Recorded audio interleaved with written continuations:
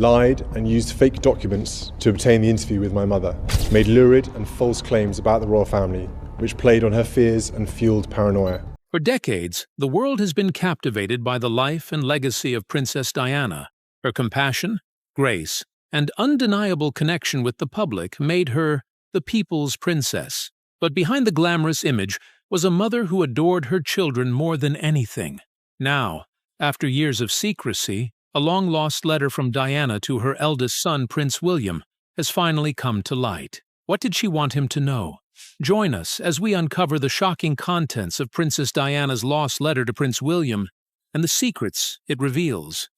Diana's personal letters. It all began quietly, almost unnoticed, in the catalogue of a London auction house in July 2004. There were no flashy headlines, no major announcements, just a simple listing of handwritten letters from the late Princess Diana.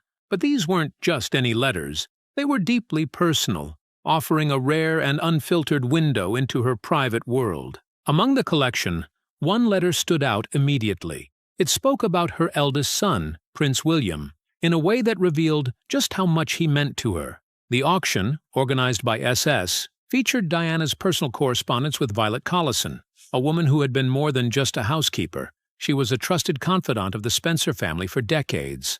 Violet had witnessed Diana's transformation from a shy young girl into the most famous woman on the planet, and these letters reflected that journey. Unlike official palace documents, which were often carefully curated and polished, these letters were raw and personal. They captured the emotional roller coaster of Diana's life, her struggles with royal expectations, the overwhelming chaos of preparing for a wedding watched by millions, and above all, the highs and lows of motherhood. One particularly charming letter, dated July 8, 1981, just weeks before her wedding to Prince Charles, painted a picture of a young bride-to-be caught in a whirlwind of last-minute preparations. Yet despite the frenzy around her, Diana's words carried a playful, light-hearted tone. Everyone's racing around here fixing up last-minute stuff, but the bride's keeping her cool. This small remark hinted at the warmth and relatability that made her so beloved by the public. But as the years passed, her letters took on a more serious tone. The carefree excitement of a young princess gave way to deeper emotions, frustration, concern, and above all, an unshakable devotion to her two sons. What made these letters so extraordinary wasn't just what Diana wrote, but the emotions behind her words. They revealed a mother who was constantly thinking about her children's happiness, their well-being, and their future. Though the world had seen Diana through photographs, documentaries, and dramatic interviews, these handwritten messages offered something different. They weren't meant for public consumption. They were quiet, personal, and intimate, proof of just how much she longed for her sons to grow up with kindness and compassion, something that was often difficult to hold on to within the walls of the palace. One particularly touching letter, dated June 21, 1989, captured this perfectly. Written on official Kensington Palace stationery, it was addressed to Sergeant George Plum of the Special Escort Group, thanking him for organizing a motorbike display for Prince William's 7th birthday. Diana's gratitude was evident as she wrote, "It was so nice of you and your team to come here today for William's birthday. I can't even tell you how much joy the show brought to all those kids and their moms."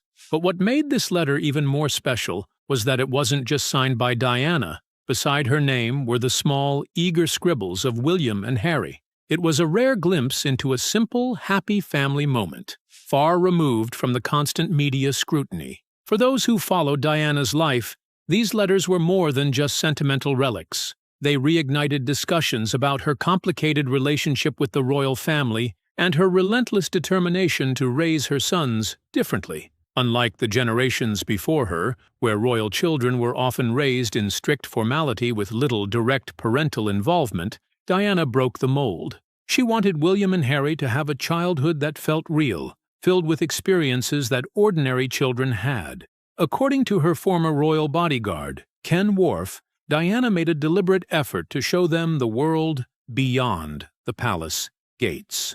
She took them to amusement parks, let them eat at fast food restaurants, and even rode public buses with them, not as a publicity stunt, but because she genuinely wanted them to understand life outside of royalty. But was Princess Diana the mother who made sure her sons never lost touch with the real world? Let's take a closer look. Diana's protection for her children. Princess Diana was not just a royal figure, she was a devoted mother who wanted her sons, William and Harry, to grow up with experiences beyond the walls of the palace. She believed that despite their royal status, they should know what life was like for ordinary children. Diana made it a point to take them on outings where they could interact with people from all walks of life, ensuring they didn't grow up in a bubble of privilege. At the same time, she was fiercely protective of them, understanding the relentless pressure of the media. She worked with palace officials to arrange official photo sessions, allowing the public to see key moments in her children's lives, such as their first day of school or family vacations. But in return, she asked for privacy, striving to shield them from the constant scrutiny that came with being a royal. It was a careful balancing act, giving the press just enough access to satisfy public curiosity while preserving her son's right to a normal childhood. Andrew Morton, in his book Diana, Her True Story, revealed how deeply she struggled with the media's intrusion.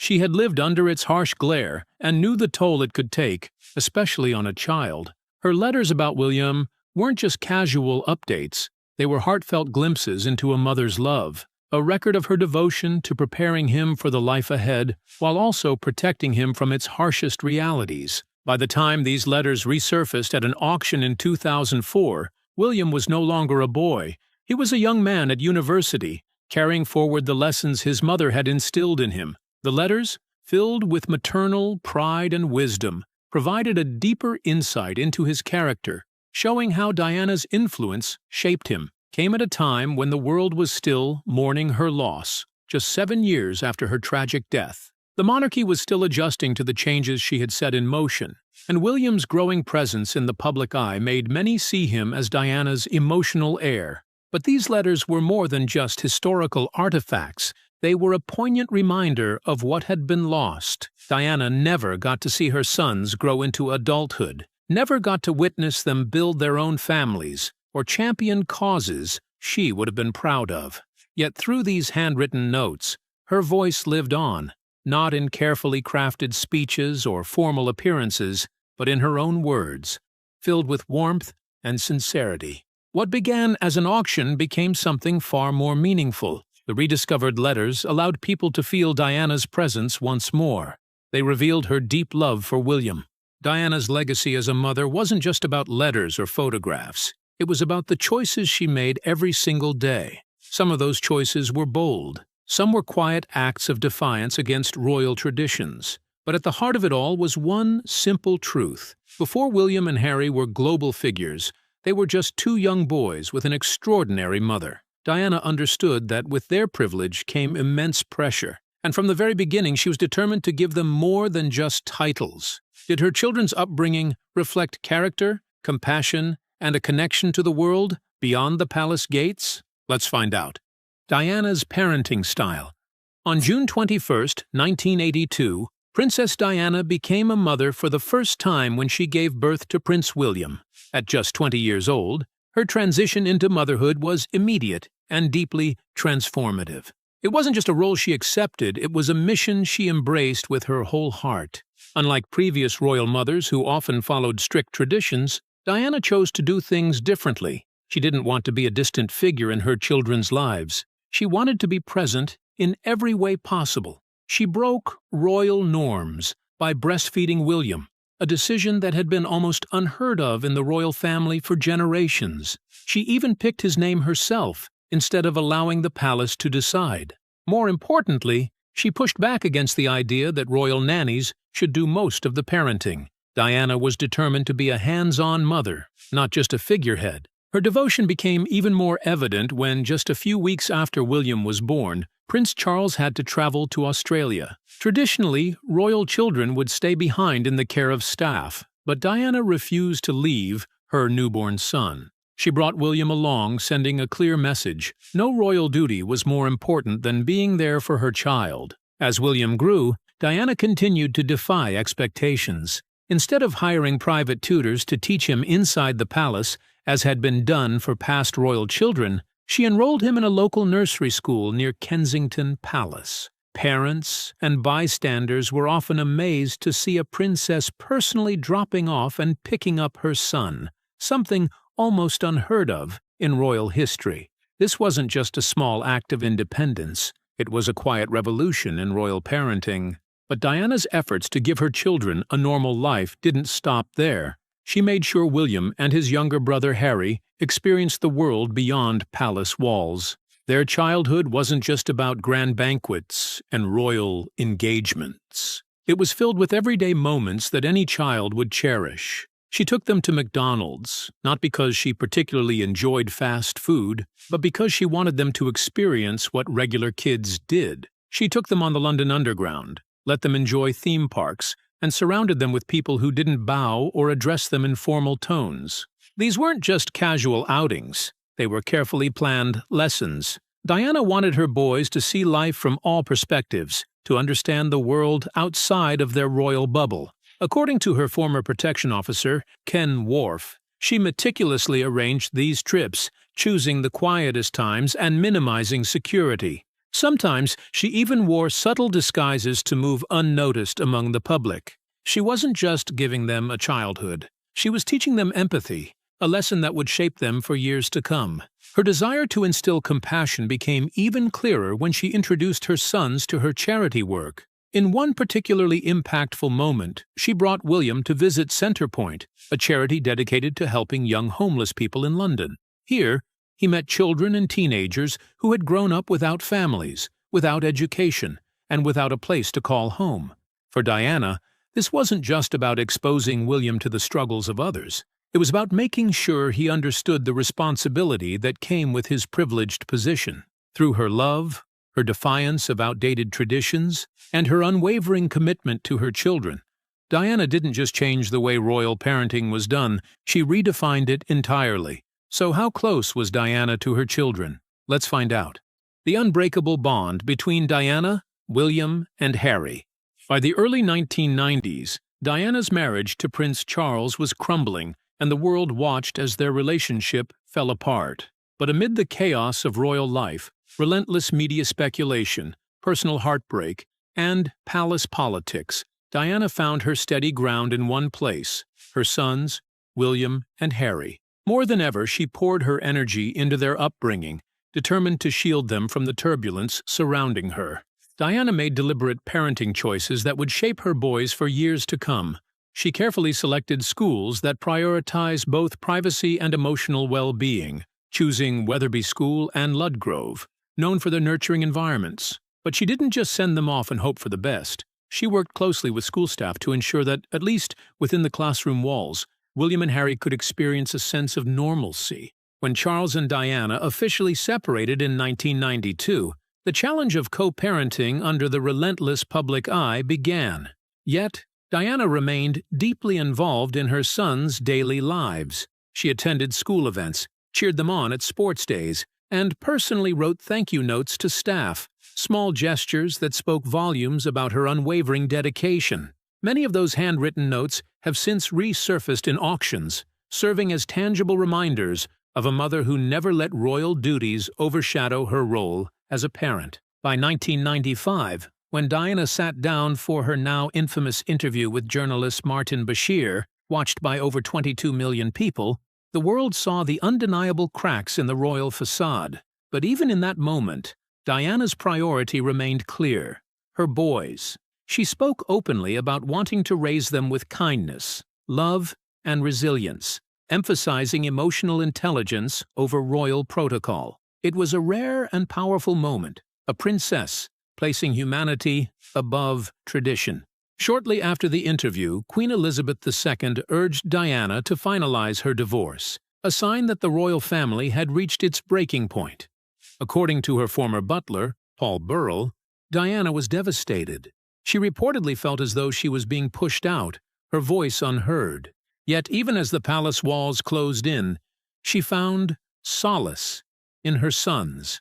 William and Harry became her anchor, the unshakable force that kept her grounded through the storm. After her divorce was finalized on August 28, 1996, Diana lost her title of Her Royal Highness, a formality that deeply hurt her, not for political reasons, but for something far more personal. Without the title, royal protocol dictated that one day she would have to curtsy to her own sons. When she confided this to William, his response was both simple and profound. The 14-year-old reportedly reassured her, saying, "Don't worry, Mummy, I'll give it back to you one day when I'm king." Though William has never confirmed the story himself, it speaks to the deep mutual respect and love between them. With her royal duties behind her, Diana refocused her energy on the causes she cared about most: homelessness, HIV awareness, and the fight to ban landmines. No longer representing the monarchy, she now represented her own values. Even as she stepped away from the spotlight, she never stopped writing heartfelt notes to friends, staff, and supporters. And in nearly every letter, one theme remained constant: her boys. She wrote about William's kindness, Harry's boundless energy, and her hopes for their futures. She worried about the pressure they would face, hoping they would grow up with integrity and independence. Diana had come to accept that she couldn't control the future, but she could shape it. Through her love, her choices, and her words, she left her sons with something the institution could never fully provide: empathy, courage, and the strength to be their own men. Her parenting wasn't about royal duty or tradition. It was about showing up, listening, and loving in a way that was real and unwavering. She tucked them in at night, wrote them letters, and spoke the truth, even when it was difficult. Diana and Charles' separation. In 1992, the official separation between Princess Diana and Prince Charles was announced, marking a turning point in Diana's life. From that moment on, the atmosphere inside Kensington Palace changed dramatically. While she no longer shared a home with Charles, her responsibilities as a mother to William and Harry remained her top priority. If anything, she became even more devoted to providing them with emotional support. At the time, William was just 10 years old, and Harry was only 8, making their need for stability even greater. Diana took charge of their daily lives, staying deeply involved in their schooling, routines, and weekend plans. As the public watched the royal marriage unravel, Diana began to open up about her personal struggles. One of the most shocking moments came on June 29, 1994, when Charles admitted on national television that he had been unfaithful. Less than a year later, on November 20, 1995, Diana responded in her own way, through an explosive BBC Panorama interview. In the 38-minute broadcast, she spoke openly about the challenges of royal life, her struggles with mental health, and her deep loneliness. But what struck a chord with the public most was her heartfelt discussion about her children. She expressed her wish for William and Harry to grow up not just with formal royal training, but with emotional intelligence. She wanted them to truly understand the emotions and lives of ordinary people. Her words resonated deeply, reaching over 22 million viewers in the UK alone. Diana's candid revelations had far-reaching consequences. Within the royal family, the response was swift and decisive. Queen Elizabeth II, after consulting with key advisors, including the Archbishop of Canterbury and the Prime Minister, sent letters to both Diana and Charles, urging them to proceed with a formal divorce. According to royal insiders, including biographers Tina Brown and Sally Bedell Smith, Diana was devastated by this decision. Her former butler, Paul Burrell, later revealed that she had hoped for more time and space, not a complete separation from royal life.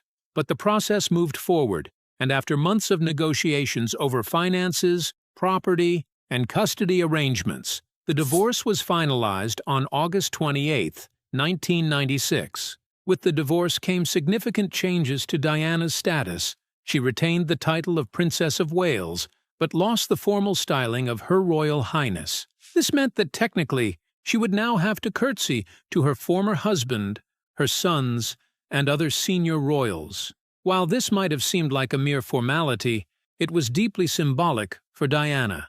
She felt it was a final rejection, a door closed permanently. Paul Burrell recounted a particularly emotional moment during which Diana confided in her eldest son, William. The 14-year-old prince, seeing his mother's distress, reportedly comforted her by saying, "Don't worry, Mummy, I'll give it back to you one day, when I'm king." Although this exchange has never been officially confirmed by the palace, it remains one of the most poignant examples of the close bond between Diana and William. Following her departure from royal duties, Diana embraced a new chapter of life, one defined more by her personal values than by royal protocol. She stepped away from over 100 patronages, choosing instead to focus on a handful of causes that truly mattered to her. These included Centrepoint, Great Ormond Street Hospital, the Royal Marsden Hospital, the National AIDS Trust, and the Leprosy Mission. Even though she was no longer a working royal, her dedication to humanitarian efforts only grew stronger. Despite being out of the royal fold, Diana's top priority remained her two sons. She structured her life around their school schedules, attended parent-teacher meetings, and remained actively involved in their upbringing. Reports from school staff and close friends described her as an engaged and loving mother who was always reachable. Yet this period of her life was also marked by a growing sense of isolation. Without royal security and the formal support system she once had, she often felt vulnerable and exposed. In personal letters and notes, some later revealed by Paul Burrell, Diana expressed fears for her safety. In one chilling letter, dated October 1995, "This particular phase in my life is the most dangerous. My husband is planning an accident in my car, brake failure and serious head injury." Though the authenticity of the letter has been verified, its contents remain highly controversial. Whether or not her fears were justified, they painted a picture of a woman who felt constantly watched and deeply unsettled. Yet, despite these pressures, Diana never wavered in her commitment to making a difference. In January 1997, she traveled to Angola with the International Red Cross to campaign against landmines. Images of her walking through a recently cleared minefield, clad in protective gear, became some of the most powerful and enduring photographs of her later life. It was a testament to her bravery and her belief in using her platform to bring attention to global issues. Throughout her final months, Diana remained focused on preparing William and Harry for the future. She wanted them to understand leadership not as a position of power, but as an opportunity to serve others. Close friends and advisors have recounted how she instilled in William a sense of duty rooted in compassion. When discussing her humanitarian work, she often told him, "Use your position to help those who have no voice." Tragically, that future was never realized. On August 31st, 1997, Diana's life was cut short in a devastating car crash in Paris. The world watched in shock as William, just 15, and Harry, only 12, walked behind her coffin, their faces etched with grief. Yet, even in her absence, Diana's influence on her sons remained unmistakable. What do you think about the shocking revelation from Princess Diana's letter to her son, Prince William? Share your thoughts with us in the comments section. Don't forget to like and subscribe.